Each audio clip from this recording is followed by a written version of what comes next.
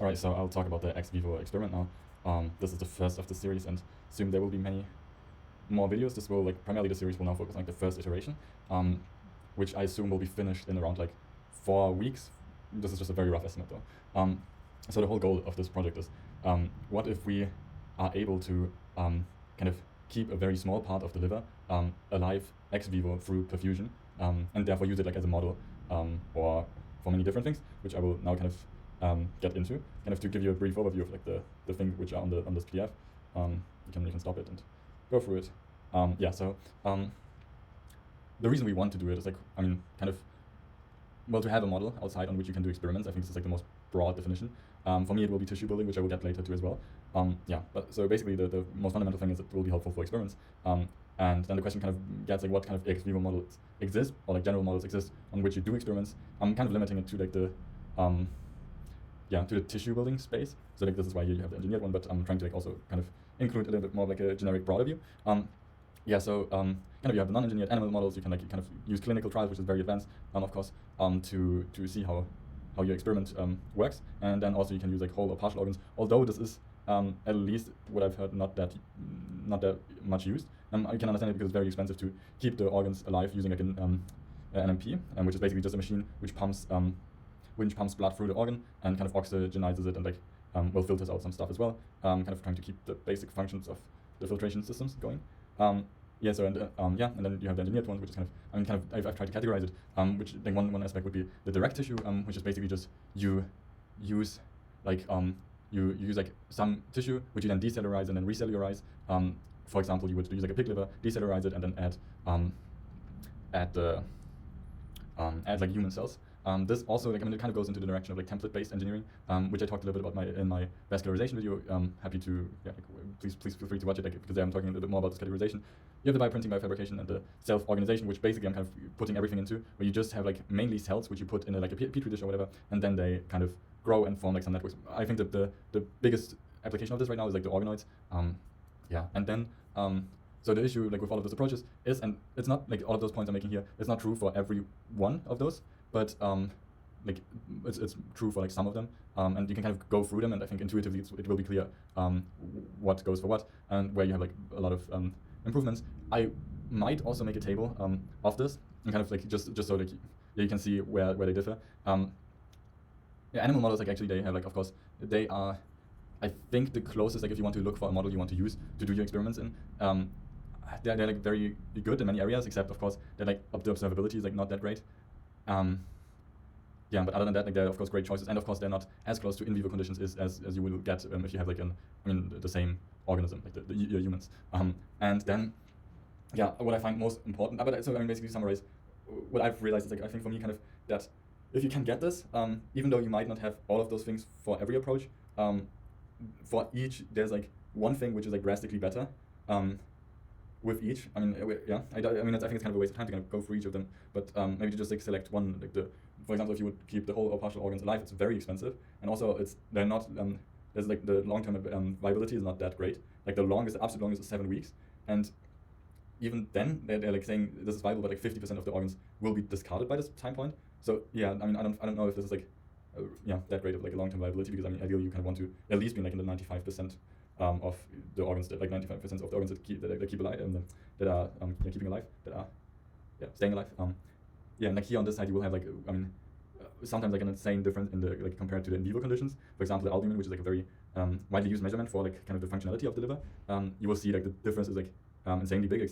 Even the close ones, they're 100 times away from the actual conditions. And by the way, all the sources, I will link them because this is kind of a claim, and I will link a paper to those in the video. But I think in this video I will just talk and then put it later. Anyways, and then also you have this kind of goes hand in hand with the in vivo similarity, but the maturity is on the organoids, for example, far behind. So eventually we might with all of those approaches get there, and I really hope so. I don't really care which approach wins. It just that we get there, I think, is the most important part. But currently it's you have there are so many downsides which you would kind of need to accept if you would use any of those existing models, that I think it's relevant to use if it's possible, of course, to use the small liver part which you can keep alive ex vivo. And yeah, for me, of course, like the most important thing is the long-term viability. And I mean, generally, this is also important. All of those things are being like discarded usually within weeks, like I mean, 3 weeks or something. Like this is already the upper limit, I guess, in most of the cases. For example, biofabrication, if we take microfluidics, most of them are like, yeah, they don't go over 2 months. Like you have to try very hard to get to 2 months, and yeah, very like trial and error. Yeah, but like, why do I care? I mean, yeah, generally because like, it makes science more accessible and gives us a better model, which like of course kind of accelerates science.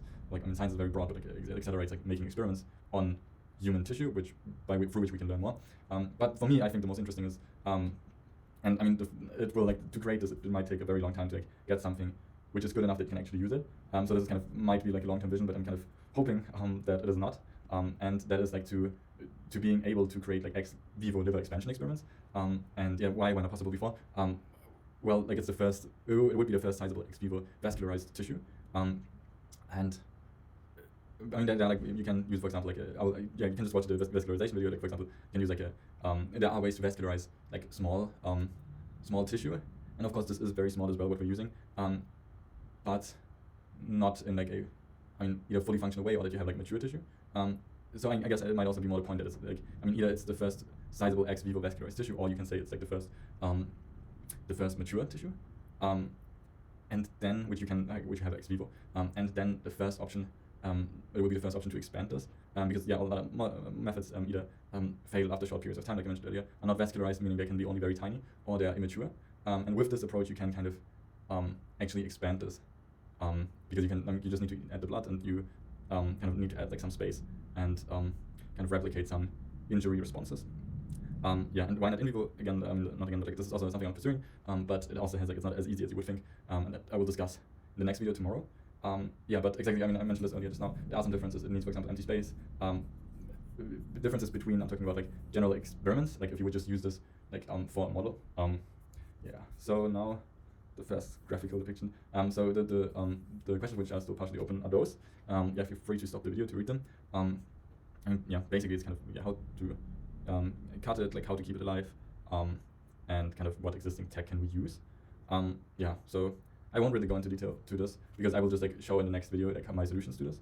And I don't think it makes sense to kind of for me to give halfway answers on this. And kind of for me, which is kind of outstanding right now, like I don't know if outstanding, like which I have to do is like buy a liver and blood, because currently where I'm at is that I have a liver which I will like perfuse, but the issue with this liver is that it's like it has been frozen without any protection, so it's not like all of the cells, like most of the cells will probably be dead. Just assume all of the cells. So like for the first test I'm doing right now, we'll just be able to perfuse it and try to perfuse like it with the minimal possible section, and then in the next space and like in the next step, I will use like a live liver, which will come in like 2 to 4 weeks. And I mean this is also something I've been kind of bothered by, that it takes so long. And it's also so expensive in comparison. But yeah, so I'll buy the liver and the blood. And in the meantime, the good thing, of course, like while this is like taking some time, I will be able to kind of create the prototypes of all of the elements I need. Like I mean, for example, how to cut it, and also how to kind of generate the 3D like not scaffold, but like the things surrounding the tissue, because you also of course need to be like aware of the surfaces, everything. So kind of all of the whole system in which I will put the tissue in. Yeah, so it's good that it kind of gives me some time, so I'm not completely mad that it is the case. And that's kind of already the end of the video. Yes, and hopefully some of this was interesting. And yeah, see you in the next video.